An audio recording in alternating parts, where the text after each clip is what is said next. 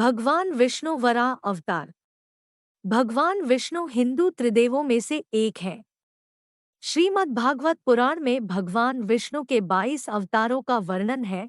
वहीं कुछ धर्मशास्त्रों में 24 अवतार भी बतलाए गए हैं, जिनमें से 10 अवतार प्रमुख हैं। गरुड़ पुराण में दशावतार का वर्णन है। पहले 3 अवतार अर्थात मत्स्य, कूर्म और वराह प्रथम महायुग में अवतीर्ण हुए। पहला महायुग सत्य युग या कृत युग है। नरसिंह, वामन, परशुराम और राम दूसरे अर्थात त्रेतायुग में अवतरित हुए। कृष्ण और वेंकटेश्वर द्वापर युग में अवतरित हुए।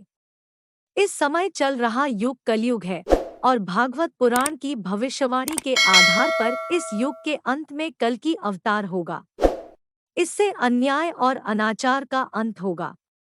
वराहावतार भगवान विष्णु के 10 अवतारों में तृतीय अवतार है, जो भाद्रपद में शुक्ल पक्ष की तृतीया को अवतरित हुए। इस अवतार के माध्यम से मानव शरीर के साथ परमात्मा का पहला कदम धरती पर पड़ा। मुख शुकर का था, लेकिन शरीर इंसानी था। दैत्य हिरण्याक्ष ने जब पृथ्वी को रसातल में छिपा दिया था, तब भगवान विष्णु वराह अवतार लेकर पृथ्वी का कल्याण किया था। इनकी शक्ति अथवा पत्नी देवी वाराही है, जो भगवती लक्ष्मी की स्वरूप है, और इनमें देवी पार्वती जी की शक्तियां हैं।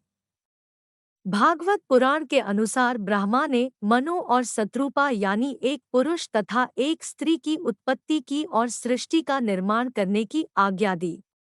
इसके लिए भूमि की आवश्यकता होती है, जिसे हिरण्याक्ष नामक दैत्य लेकर सागर के भीतर भूदेवी को अपना तकिया बनाकर सोया था तथा देवताओं के डर से विष्ठा का घेरा बना रखा था। हिरण्याक्ष और हिरण्यकशिपु ने मरीचि नंदन कश्यप व दक्ष प्रजापति की पुत्री दिति के जुड़वां पुत्र थे।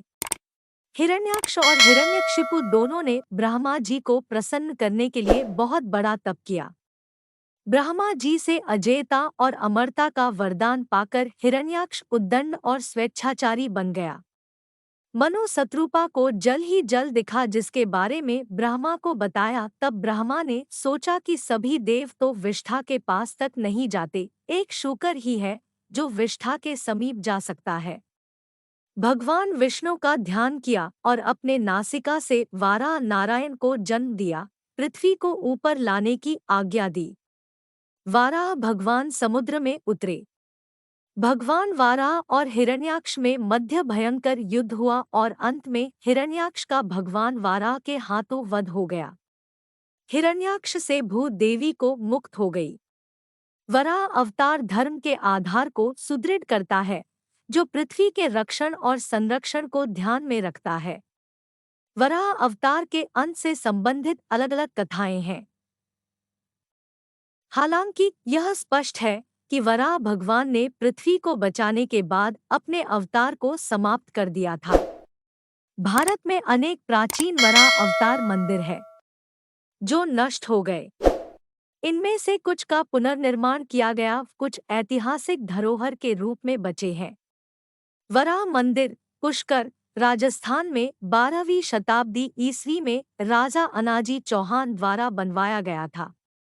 मंदिर को मुगल सम्राट औरंगजेब द्वारा नष्ट कर दिया गया था और फिर 18वीं शताब्दी में जयपुर के राजा सवाई जय सिंह द्वितीय द्वारा इसका पुनर्निर्माण किया गया था। मंदिर के गर्भगृह में पीठासीन देवता वराह की 2 फीट ऊंची मूर्ति है। श्री श्वेता वराह स्वामी मंदिर, मैसूर, कर्नाटक, जिसे वराह स्वामी मंदिर भी कहा जाता है। इसमें मुख्य देवता भगवान वराह शुद्ध संगमरमर से बने हैं। भीनमाल स्थित वराहश्याम का मंदिर अति प्राचीन व देश के गिने चुने मंदिरों में से एक है। यह मंदिर करीब 600 वर्ष पुराना है। मंदिर में स्थापित वराहश्याम भगवान की मूर्ति जैसलमेर के पीले प्रस्तर से निर्मित है, जो 8 फीट लंबी व 3 फीट चौड़ी है। एरन, मध्य प्रदेश, जो गुप्तकाल में एक महत्वपूर्ण नगर था, वहां से प्राप्त ध्वंस अवशेषों में गुप्तकाल के भगवान विष्णु का मंदिर तथा उसके दोनों तरफ वराह तथा नृसिंह का मंदिर मिले हैं। वराह की इतनी बड़ी प्रतिमा भारत में कहीं नहीं है। कारितलाई, कटनी, मध्य प्रदेश में 5वीं सदी की भगवान विष्णु के वराह मंदिर की प्रतिमा आकर्षण का केंद्र है। कलचुरी महाराज लक्ष्मण राज के मंत्री भट्ट सोमेश्वर दीक्षित द्वारा विष्णु वाराह का मंदिर बनाए जाने के शिलालेख मिले हैं। वराह गुफा मंदिर महाबलीपुरम में स्थित 7वीं शताब्दी का एक उत्कृष्ट रॉक कट हिंदू मंदिर है। यह मंदिर पल्लव कला के सबसे महान उदाहरणों में से एक है।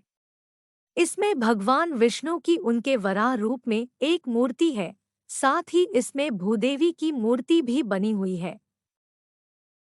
BNT की खास पेशकश।